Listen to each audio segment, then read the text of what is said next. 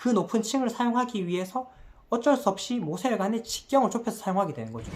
네, 오늘은 그 지난번에 제가 이 아토피의 선천적인 이유를 얘기를 하면서 항상성 조절을 할 때 괄약근이 관여를 한다고 이렇게 얘기를 드렸잖아요. 동맥과 더불어서. 그런데 거기서 제가 추가적으로 모세혈관의 구조와 관련돼서 좀 더 얘기를 보충해서 설명을 드리려고 합니다. 날씨나 기온 혹은 우리의 이제 신체 활동에 의해서 혈압이나 우리 몸의 온도가 변하잖아요. 이 몸의 혈압이나 온도가 변하는 거를 항상 일정하게 유지하는 걸 항상성이라고 하잖아요.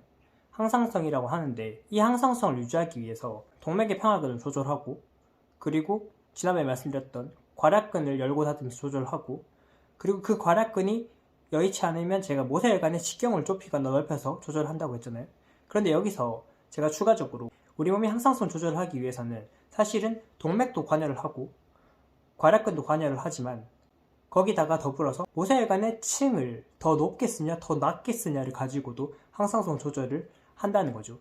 제가 이전 영상에서 이 사진을 보여드리면서 모세혈관의 구조를 말씀드렸는데, 모세혈관이라는 게 폐동맥에서 모세혈관으로 진입을 하면서 모세혈관전 괄약근이 있고, 모세혈관전 괄약근을 지나서 모세혈관으로 이렇게 올라가서 내려오는 과정에서 모세혈관의 층이 여러 개 있다고 말씀드렸었는데, 이 층을 여러 개를 사용하면서 우리가 추가적인 항상성 조절을 한다는 거죠.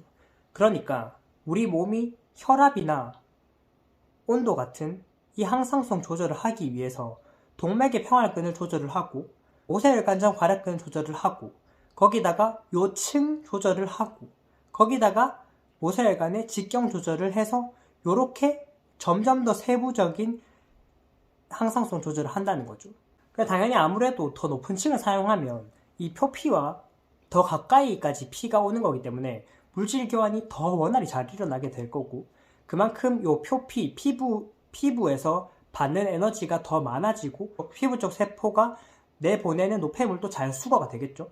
그러면서 자연스럽게 높은 층을 사용하게 되면 요 피부가 아무래도 부들부들하고 촉촉하고 더 좋을 수밖에 없어. 그리고 더 낮은 층을 사용하면 그 반대로 덜 부드럽고 덜 말랑말랑하고 좀 더 푸석푸석한 피부를 가질 수밖에 없겠죠. 제가 가려움에 대해서 분류를 하면서 긁으면 시원한 가려움, 가만히 있을 때는 아무렇지도 않은데 긁으면 시원한 가려움에 대해 설명을 드리면서, 그때는 모세혈관이 헝클어져서 제가 이렇게 막 구불구불해지고 뭐 팽창하거나 터지거나 하는 걸 헝클어졌다고 표현하고 싶다고 했는데, 모세혈관이 헝클어진 상황에서 가만히 있으면 아무렇지 않지만 긁으면 시원한 가려움이 생길 수 있다라고 얘기를 드렸잖아요. 사실 그때 얘기를 안 드렸는데 요 모세혈관의 층이 낮아지면서 그런 증상이 일어날 수가 있어요. 그러니까 모세혈관이 헝클어진 상태와 마찬가지로 모세혈관이 어릴 때보다는 노년으로 갈수록 더 낮은 층을 사용하게 될 수밖에 없단 말이지. 몸 전체의 혈행이 떨어지니까 피부 끝까지 피를 잘 못 보내는 상황이 되는 거예요. 층을 낮게 사용한다는 말 자체가. 그래서 어릴 때보다 노년으로 갈수록 긁으면 시원한 부위가 더 많아지고, 그리고 노년으로 갈수록 뭐 뜨끈한 탕에 몸을 담궜을 때 시원하다 뭐 이런 느낌을 더 잘 받는 거죠. 실제로 어린아이들은 뜨끈뜨끈한 물에 들어갔을 때 뭐 시원하다는 느낌을 잘 못 받는다거나 아니면 이제 되게 장시간 견디지 못한다거나 그럴 수가 있죠. 왜냐하면 이미 높은 층을 사용하고 있으니까 더 이상 열 발산할 데가 없는 거야. 그런데 노년의 경우에는 뭐 조금 나이가 들어감에 따라서 노년이 되면 더 낮은 층을 사용하고 있으니까 몸에 열이 외부적으로 열이 가해졌을 때 더 높은 층을 사용하면서 열 발산을 할 여지가 훨씬 더 많은 거지. 이만큼이나 더 혈관을 확장해서 더 열을 발산할 수가 있는 거야. 평소에 혈행이 낮아서 낮은 층을 사용하고 있기 때문에 외부적으로 열이 가해지면서 혈행이 더 좋아지면서 이 모세혈관을 더 높은 층을 사용하게 되니까 그만큼 물질 교환이 잘 일어나게 되고 시원함을 느끼게 되는 거죠. 그래서 노년으로 갈수록 훨씬 더 따뜻하고 뜨거운 거 이런 걸 더 좋아하게 되는 거예요. 대신에 이제 어린아이들의 피부는 부들부들하고 말랑말랑하고 촉촉하죠. 근데 노년으로 갈수록 피부가 좀 푸석푸석해지고 덜 말랑말랑하고 피부 회복도 늦고 재생도 늦고 이렇게 되는 거예요. 아무래도 높은 층을 사용할 때보다 낮은 층을 사용할 때 이 물질 교환이 잘 일어나지 않으면서 에너지도 공급이 덜 되고 노폐물도 잘 수거가 되지 않고, 그러면서 피부 쪽에 재생하는데 문제가 생기는 거지. 피부 재생의 이 속도가 느려지는 거지. 그리고 제가 가려움에 분류를 하면서 목욕하고 나서나 샤워하고 나서 간지러운 상황을 얘기했었는데, 그때 상황을 사실 정확하게 설명을 하자면 요 층까지 설명을 해야 되는 거야. 그때 상황이 뇌가 느끼는 온도와 우리 피부가 느끼는 온도가 다름으로 인해서 몸은 더 많이 가라고 하는데 막상 이 피부 쪽에 혈행은 좋지 않아서 이 가라고 하는 데까지 잘 못 가게 되면서 모세혈관이 좁아진다고 했잖아요. 그 몸이 가라고 하는 게 정확하게 말하면 몇 층까지 쓰자고 하는 상황인 거예요. 원래는 내 혈행으로는 2층 정도 쓰고 있었다면 샤워를 하거나 운동을 하면서 열이 공급이 되면서 혈행이 더 좋아지면서 3층을 쓰게 된 거야. 그런데 샤워를 그만두고 운동을 그만두면서 혈행은 떨어지는데 내 몸 안에 열은 아직도 남아있으니까 뇌하수체는 여전히 3층을 쓰라고 명령을 내리고 있는 상황에서, 그런데 막상 혈행은 좋지 않아. 운동을 끝냈으니까, 샤워를 끝냈으니까 막상 혈행은 좋지 않은 이 상태에서 3층까지 쓰려고 하다 보니까 그 높은 층을 사용하기 위해서 어쩔 수 없이 모세혈관의 직경을 좁혀서 사용하게 되는 거죠.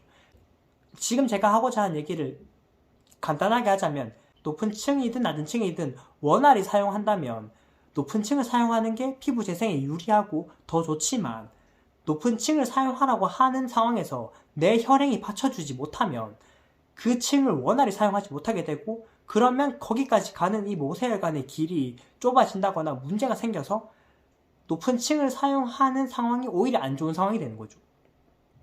3층을 겨우 사용할 때보다는 차라리 2층을 원활하게 사용하는 게 훨씬 더 피부는 좋은 거야. 그래서 샤워를 하거나 목욕을 하고 나서 가려움이 생겼잖아요. 이게 언제까지 간지러우냐, 언제가 되면 그만 간지러워지냐 하면, 이 높은 층을 사용할 때에서 뇌가 이 온도를 정확하게 인식을 하고 이 층을 낮춰서 사용하자고 결정할 때, 내 원래 혈행을 가지고 쓸 수 있는 층을 사용하자고 할 때, 그때가 되면 그만 간지러운 거죠. 그게 이제 뭐 보습제를 많이 발라서 그런 게 아니라 시간이 지나면서 내 원래 혈행에 맞는 층을 사용하게 되는 상황인 거죠. 가끔 이제 어떤 한의원에서 열을 낮춰서 치료를 해서 아토피가 나을 때가 있어요. 실제로 그럴 때가 있어요. 저도 실제로 그런 열을 낮춰야 된다 한약을 먹어서 괜찮아졌다고 생각해서 한 번 더 먹은 적이 있다고 말씀드렸죠. 그때가 사실 그렇게 열을 낮추는 한약이 가끔 어쩌다가 운때가 맞아서 이 아토피를 치료할 때가 있어요. 이때가 사실 어떨 때냐면, 아토피가 있으니까 이 피부 상태가 문제가 생긴 상태잖아. 이 문제의 상태가 3층을 겨우 쓰고 있는 상태인 거지. 그런데 열을 낮춤으로써 몸이 3층 쓰지 말고 2층 쓰자가 되면서 3층을 겨우 쓰던 혈행이 2층을 쓰자라고 하면서 낮춰서 쓰게 되면서 2층을 원활하게 쓰게 된 상태가 되는 거죠. 그러면서 진짜 어쩌다가 우연히 맞춰져서 피부병, 아토피가 낫는 상황이 생길 때가 있어요. 그런데 사실은 이 피부병은 나았지만 되게 불안정한 거고 몸 전체를 봐서도 좋진 않은 거지. 왜냐하면 이 혈행은 늙으면 떨어지는 건데, 늙으면서 점차적으로 이 낮은 층을 사용하게 된단 말이죠. 늙으면 떨어질 거를 미리 몸을 늙게 만들어서 아토피를 낫게 하자, 뭐 이런 식인 거야, 말하자면. 그래서 그런 한의원을 가면, 열을 낮춰서 피부 아토피를 낫게 하겠다라는 한의원을 가면 어쩌다 맞을 수도 있는데, 그 어쩌다 맞는 거는 불안정하고 그리고 실제로 내 몸 전체에서도 좋지 않은 영향을 미친다 이거죠. 오늘 얘기 드린 이 층 부분으로 제가 다음 시간에 아토피의 중증이 되는 과정에서 병변이 왜 넓어지는지, 병변이 넓어지면서 왜 완화가 되는지, 뭐 그런 것과 연관지어서 한 번 더 얘기를 드릴 것 같아요. 아토피가 실제로 이 아토피 부위가 옮겨지기도 하고 뭐 넓어지기도 하고 그런단 말이죠. 다른 부위로 막 이렇게 생기기도 하고, 또 이 부위가 생겼는데 원래 있던 부위는 괜찮아져. 막 그런 게 있단 말이죠. 그걸 설명하기 위해서 이 모세혈관 층과 굉장히 직접적인 연관성이 있기 때문에 설명을 추가적으로 드렸고요. 네, 오늘 영상 봐주셔서 감사하고요. 다음 시간에 아토피가 왜 이 부위가 옮기는지 뭐 그런 거 자세하게 오늘 얘기와 연관지어서 다시 한번 설명드리도록 하겠습니다. 네, 감사합니다.